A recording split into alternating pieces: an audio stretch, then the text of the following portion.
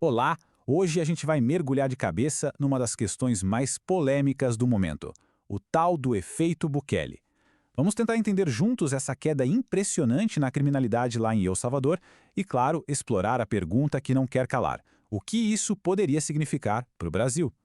E a pergunta central que vai guiar toda a nossa conversa é exatamente essa. Será que daria para, digamos, importar o modelo de El Salvador para resolver o problema de criminalidade aqui no Brasil? O que deu certo lá funcionaria aqui ou será que o preço a se pagar seria alto demais? Para a gente ter uma ideia do tamanho dessa mudança, é só olhar para os números. E, olha, são impressionantes. Em 2015, El Salvador era um dos lugares mais perigosos do mundo. Pensa numa taxa de 107 homicídios para cada 100 mil pessoas. É nível de zona de guerra, sem exagero. Agora, a projeção para 2025 cai para 1,8, né? É uma das quedas de violência mais rápidas e drásticas que a gente já viu na história recente.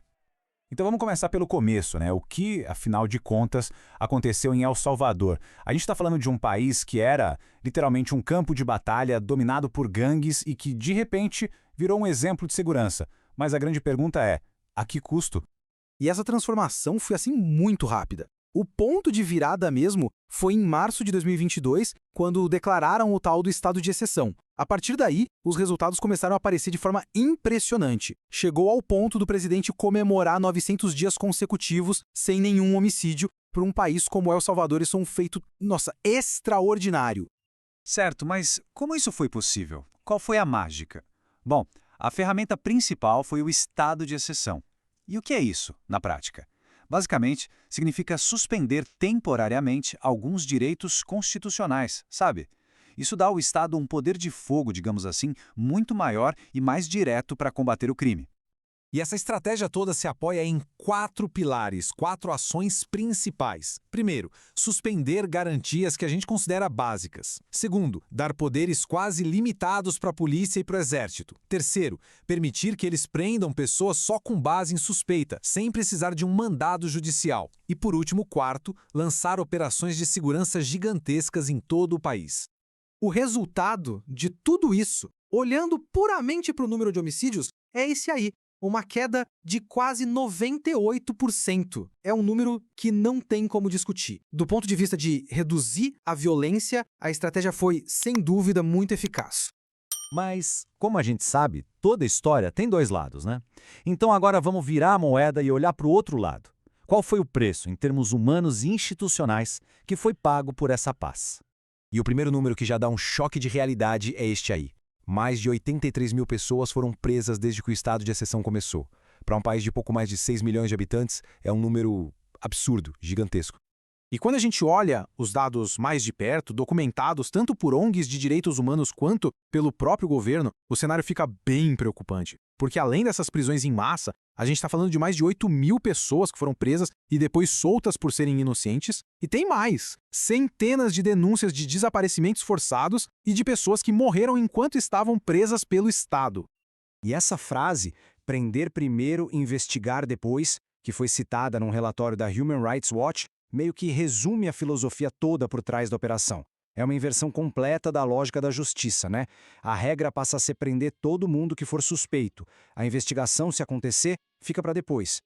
E claro, isso acaba levando a uma série de violações muito sérias que foram documentadas por órgãos internacionais. A gente está falando de gente sendo presa só pela aparência, por uma tatuagem, por exemplo, de detidos sem direito a um advogado, sem um processo justo, de prisões superlotadas em condições desumanas e, para piorar, um clima de medo tão grande que muitos jornalistas e ativistas tiveram que fugir do país. Ok, entendido todo esse cenário de El Salvador, a gente chega na pergunta final. E o Brasil? Porque simplesmente copiar e colar esse modelo aqui não é só difícil, mas poderia criar uma crise institucional gigantesca. Bom, a primeira barreira, e talvez a mais óbvia, é a escala.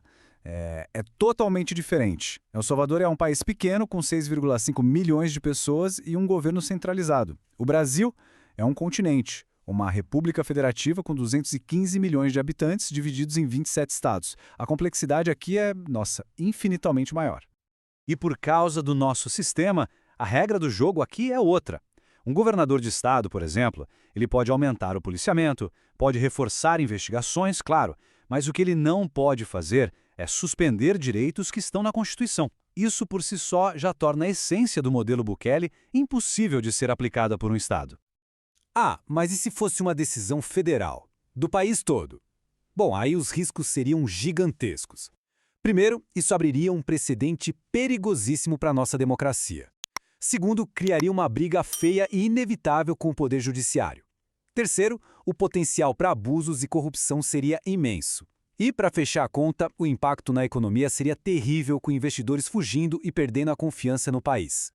Então, qual seria a alternativa? As fontes que analisamos apontam para um caminho diferente. Em vez de suspender as regras do jogo, a ideia seria fortalecê-las. Isso significa o quê? Treinar melhor a polícia, fazer o sistema de justiça funcionar mais rápido e de forma mais eficiente e ter prisões que realmente funcionem. É um caminho mais longo? Com certeza, mas é um caminho que fortalece, em vez de destruir, as nossas instituições. Então, para a gente amarrar tudo, tentar aplicar o modelo Bukele no Brasil talvez até trouxesse uma queda da violência em alguns lugares, no curto prazo. Mas o preço a médio e longo prazo seria altíssimo. A gente estaria falando de um conflito institucional gravíssimo, do enfraquecimento da nossa democracia e, o pior, da criação de um precedente muito perigoso de autoritarismo. E tudo isso nos deixa com uma reflexão final que é o centro de todo esse debate. A busca por segurança é, claro, totalmente legítima. Todo mundo quer viver em paz. Mas, quando essa busca passa por cima das leis, dos direitos que definem uma sociedade livre, será que a solução não acaba virando parte do problema? Fica a pergunta no ar. Segurança sem o respeito às leis é só um outro tipo de violência?